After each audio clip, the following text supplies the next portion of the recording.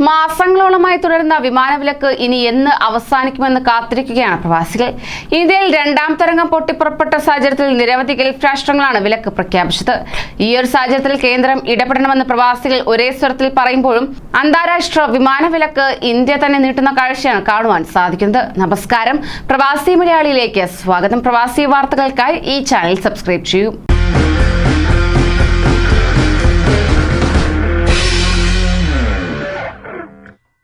Covid വ്യാപനം ശക്തമായ സാഹചര്യത്തിൽ രാജ്യാന്തര വിമാനങ്ങൾക്ക് ഇന്ത്യ ഏർപ്പെടുത്തിയിരിക്കുന്ന വിലക്ക് നീട്ടിയിരിക്കുകയാണ് India. Directorate general of civil ഏവിയേഷനാണ് വിലക്ക് നീട്ടിയിരിക്കുന്നതായുള്ള പ്രഖ്യാപനം അറിയിച്ചത്. ഔദ്യോഗിക ട്വിറ്റർ പേജിലൂടെയാണ് ഈ വിവരം പുറത്തുവിട്ടിരിക്കുന്നത്. ഓഗസ്റ്റ് 31 വരെയാണ് രാജ്യാന്തര സർവീസുകൾക്ക് ഇന്ത്യ വിലക്കേർപ്പെടുത്തിയതായുള്ള ഉത്തരവ് പുറപ്പെടുവിച്ചത്.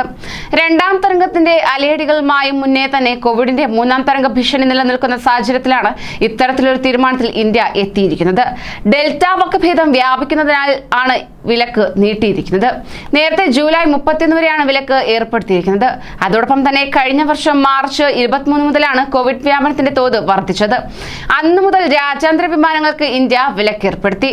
വന്ദേ ഭാരത് വിമാനങ്ങൾ സർവീസ് നടത്തിയിരുന്നു. കൂടാതെ 27 രാജ്യങ്ങളിലേക്ക് US, UK ഉൾപ്പെടെയുള്ള എയർ ബബിൾ ക്രമീകരണങ്ങളോടെ പ്രത്യേക വിമാനങ്ങളും സർവീസ് നടത്തിയിരുന്നു.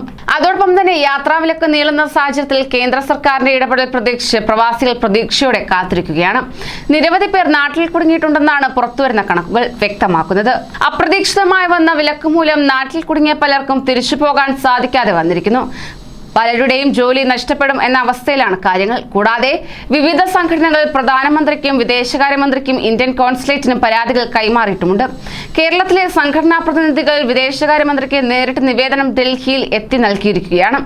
അടിയന്തര ഇടപെടലുണ്ടായില്ലെങ്കിൽ തന്നെ പ്രവാസികൾക്ക് തിരിച്ചു പോകാൻ സാധിക്കാതെ വരുന്നതായിരിക്കും. യാത്രാവിലക്ക് എത്രയും വേഗത്തിൽ നീക്കാനാണ് ആഗ്രഹമെന്നും ഇന്ത്യയിലെ കോവിഡ് കണക്കുകൾ നിരീക്ഷിച്ചുകൊണ്ടിരിക്കുകയാണെന്ന് UAE അധികൃതർ അറിയിച്ചതായി ഒരു പ്രമുഖ മാധ്യമം റിപ്പോർട്ട് ചെയ്യുകയുണ്ടായി. കൂടുതൽ പ്രവാസി വാർത്തകൾക്കായി ഈ ചാനൽ സബ്സ്ക്രൈബ് ചെയ്യൂ.